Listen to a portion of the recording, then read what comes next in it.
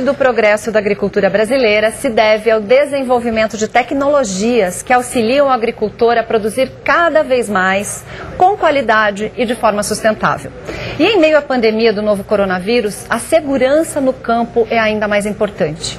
Para falar sobre os desafios do setor neste momento, eu converso agora pela internet com o engenheiro agrônomo José Gonçalves do Amaral, presidente da Yara, empresa especializada em tecnologias e defensivos para proteção de cultivos. Olá, José Gonçalves, muito obrigada por participar da Ação Sustentável comigo para falar de um assunto tão importante. Seja bem-vindo. Obrigado, Samantha. Olá e bem-vindo a todos que nos assistem agora. Isso aí. Fala um pouquinho da Yara pra gente. É uma empresa de tecnologia e que também produz defensivos, é isso? Isso. A Yara, esse ano nós estamos celebrando 55 anos. É uma empresa brasileira de capital japonês. Então, são os japoneses que empreenderam há 55 anos atrás e desde então vem trazendo tecnologia para a agricultura brasileira.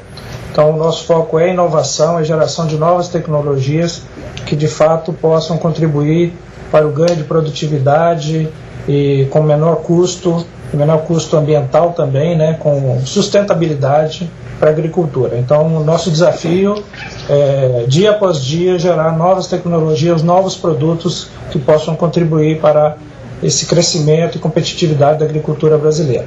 Essa é a razão da Yara.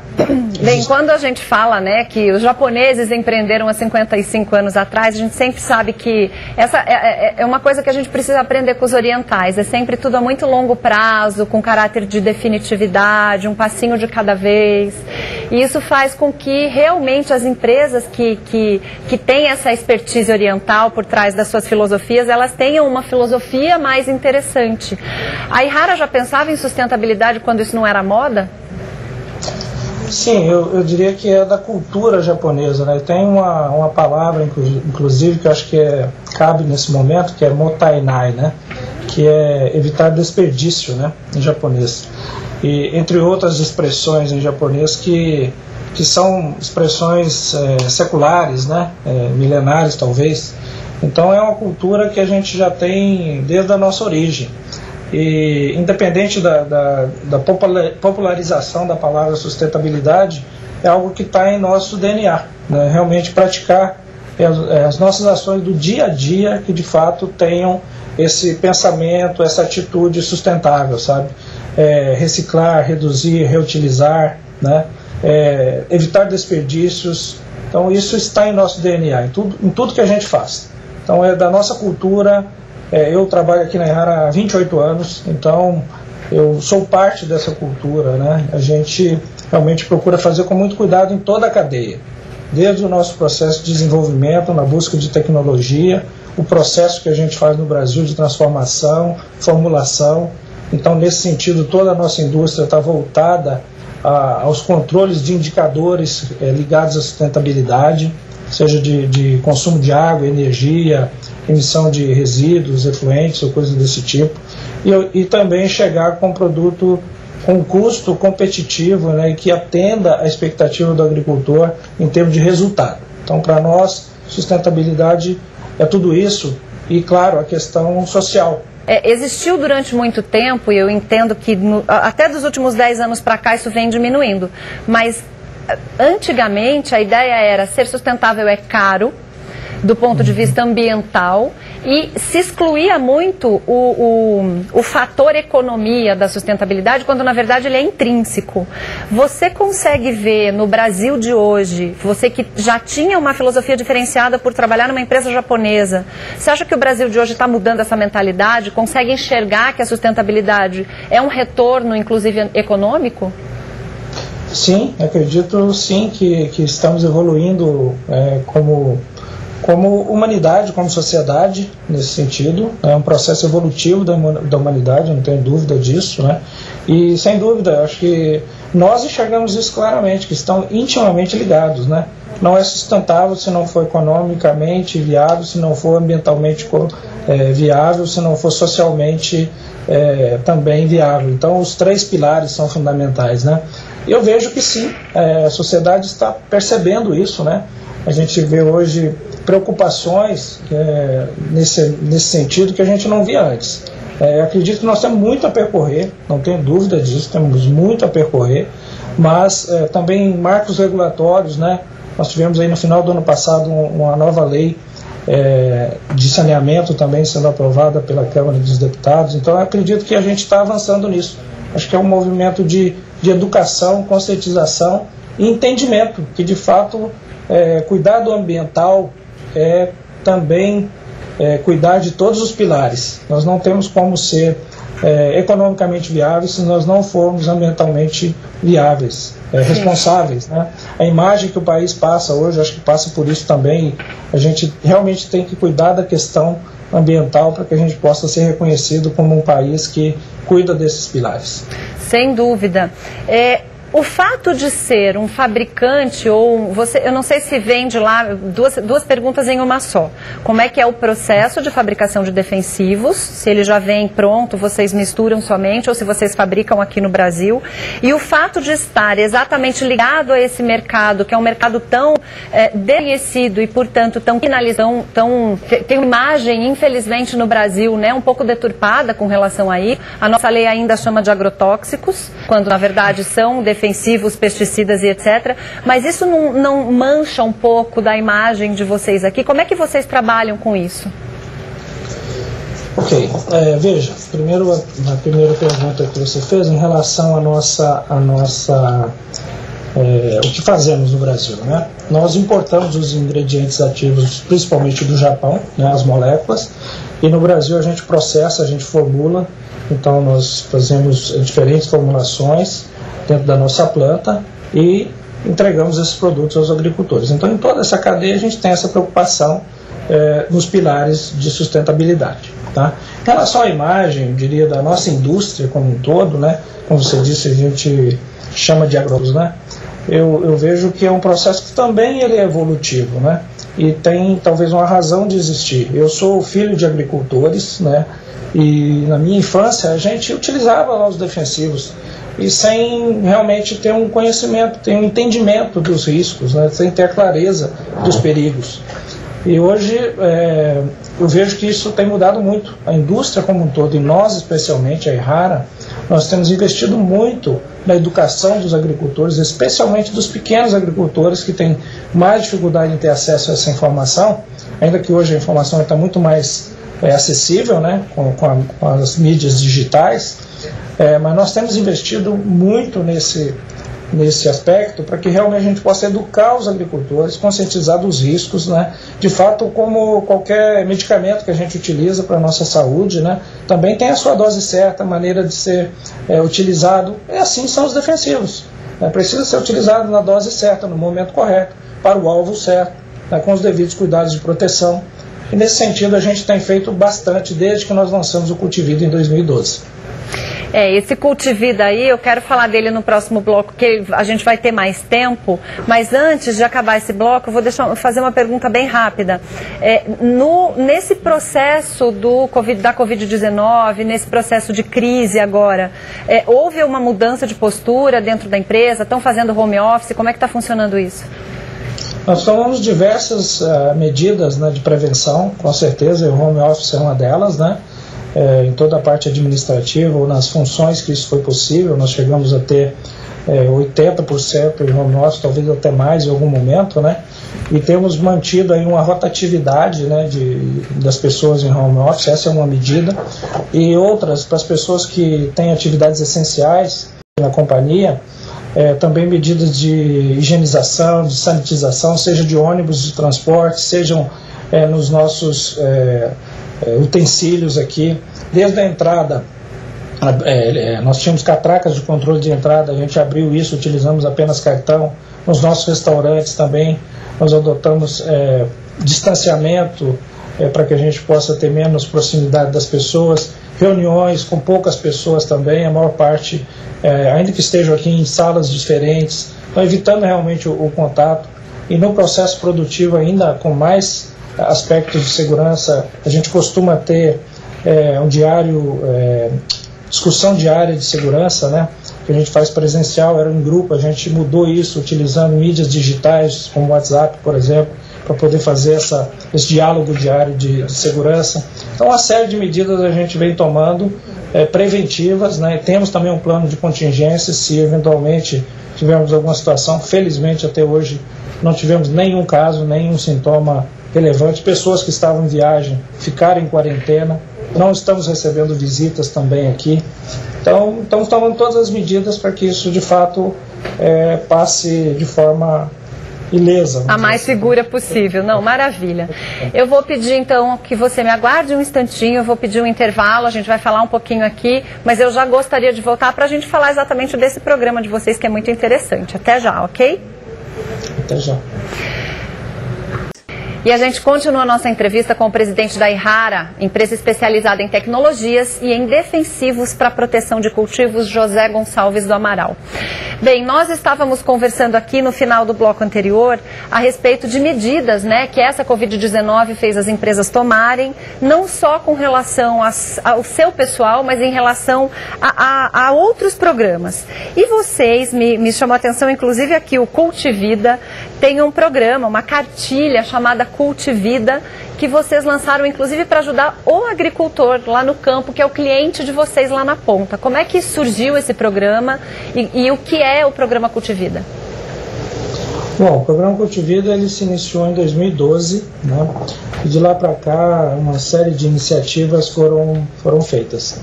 Ele nasceu da identificação que faltava realmente mais esclarecimento para o pequeno agricultor, principalmente, sobre o uso correto e seguro dos defensivos agrícolas. E também as unidades de atendimento, as unidades de saúde de atendimento de regiões mais remotas, né, mais carentes, que também não tinham as suas equipes devidamente treinadas para poder avaliar casos de possíveis intoxicações, né. Então, nessa ocasião, nos juntamos com um especialista da área de toxicologia, para que a gente pudesse fazer, um médico toxicologista, para que a gente pudesse fazer um trabalho de educação, tanto das pessoas, dos profissionais de atendimento, quanto também dos pequenos agricultores, das famílias dos agricultores, né? Então esse trabalho percorreu mais de 21 municípios em 3 estados, né? E também, paralelamente a isso, desde então nós começamos a entregar para esses agricultores de forma gratuita EPIs, que são os equipamentos de proteção individual. E nesses últimos anos nós entregamos mais de 400 EPIs e só esse ano nossa expectativa é chegar próximo a 200 mil. Como uma referência, a gente não tem um dado concreto de pesquisa, mas no Brasil se utiliza ou se comercializa algo em torno de 800 mil. Então é bastante relevante essa nossa contribuição. Super significativo, sim. Exato. E mais do que a distribuição é a conscientização, né? Acreditamos realmente que a gente precisa de todas as oportunidades como essa que a gente está tendo aqui, realmente de levar a mensagem para o agricultor que sim, os produtos são importantes, eles devem ser utilizados para o controle das doenças de forma correta, na hora certa, e o agricultor, o aplicador, precisa se proteger. Porque de fato, se ele se expuser, ele tem o risco de uma intoxicação. Então realmente ele deve se proteger para que isso não aconteça. Então a gente precisa conscientizá-lo disso. Como eu falei, eu sou de origem rural, eu sei como que é isso, né?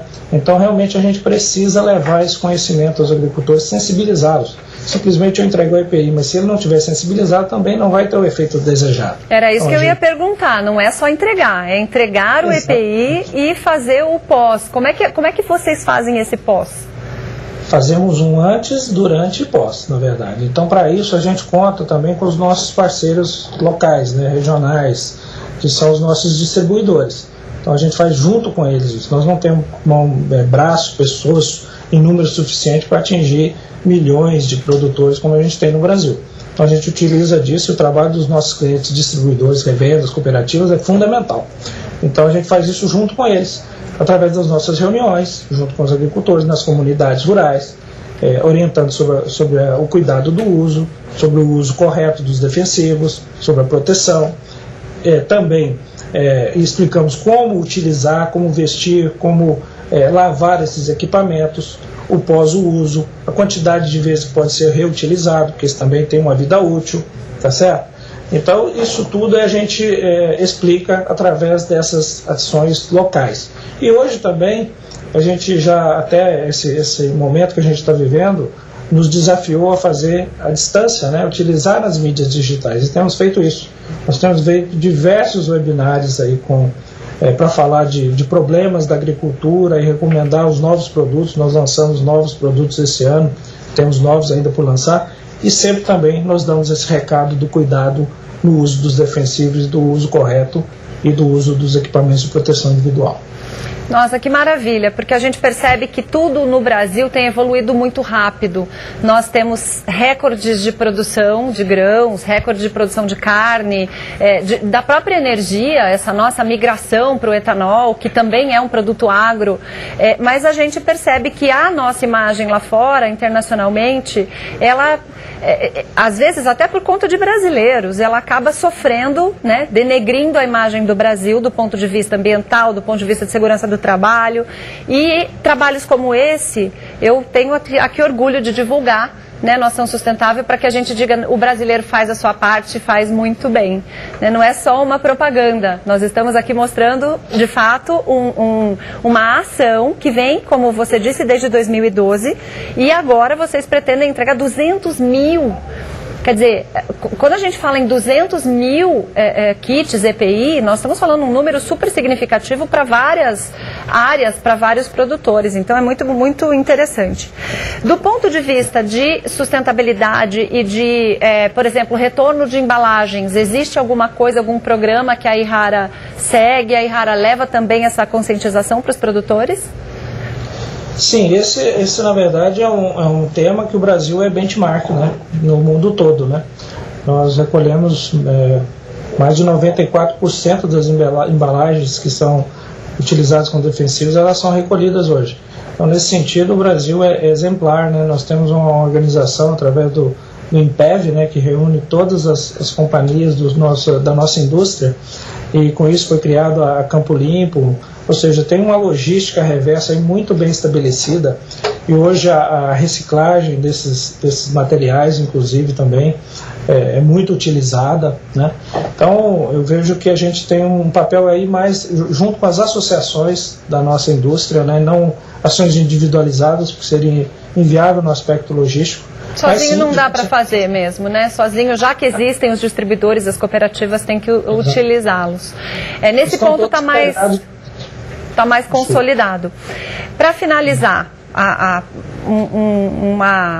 digamos que uma previsão aqui, existe um movimento do mercado de químicos, do mercado de defensivos, para utilização de produtos menos impactantes, para a utilização de novas, como a IHARA é uma empresa de tecnologia, para que haja um desenvolvimento tecnológico desses produtos, para que eles sejam cada vez menos poluentes, menos degradantes ou menos impactantes para o solo, para o meio ambiente? Sem dúvida, Samantha, nós, em última análise, somos consumidores, não é verdade? Com certeza. Então a gente, quando a gente fala sociedade, mas nós somos a sociedade, né? Então nós, como sociedade, como consumidores, também queremos produtos cada vez mais saudáveis, né? E eu acredito que a nossa indústria já tem essa responsabilidade. O conceito de manejo integrado, ele não é novo, né? Ele já é praticado. Mas, de fato, a demanda da sociedade, a demanda de nós como consumidores, ela pressiona todas as indústrias, né? Então, isso é uma evolução constante. E aí é importante também que a gente avance no registro de novas moléculas, que a gente tenha produtos realmente que são cada dia mais, do ponto de vista ambiental, da saúde humana, menos impactantes, né? E, de novo, a questão do uso correto. E também nós temos uma linha de produtos biológicos, que a gente já vem investindo há algum tempo. Hoje nós temos um produto que ele é o primeiro produto que foi lançado para uso pós-colheita, que é o EcoShot, né? Ou seja, no momento da pré ou pós-colheita ele pode ser aplicado para que tenha mais durabilidade. É um produto sem nenhum risco para a saúde humana. Então, nesse sentido também nós temos novos projetos, novos produtos em desenvolvimento, sejam eles biológicos ou químicos, mas sempre com essa busca de menor dose, menor impacto. Isso é uma demanda que não tem volta. E a gente precisa acabar com esse mito de estão liberando muito novas moléculas. Sim, quanto mais novas moléculas, menos impactantes, melhor tecnologia. É um mito que está, uma coisa que precisa ser invertida, né? A gente espera que sim. Eu vejo, desculpa o momento agora que estamos passando, né? A ansiedade que estamos por uma solução, uma tecnologia que resolva essa questão do vírus, né? Sim. Uma vacina que resolva isso, uma medicação que salve as vidas, né? De novo, falamos muito aí na ciência, né? E é isso, o caminho é esse, né? Então, veja, em todos os aspectos da agricultura não é diferente. Não, exatamente. Né? São as novas soluções, as inovações tecnológicas que vão fazer realmente a gente produzir mais com menos áreas abertas, produzir mais numa mesma área. E o Brasil é exemplo disso, né? Só olhar o histórico de área cultivada e produção. Não, só subindo produtividade. Olha, muito obrigada, muito esclarecedora, muito enriquecedora a sua entrevista, muito obrigada pelo seu tempo, obrigada a Ihara. E o Ação Sustentável está com o espaço aberto, quando tiver uma nova tecnologia, uma nova molécula, uma nova proposta, nós queremos divulgar, ok? Eu que agradeço pelo tempo. Obrigada.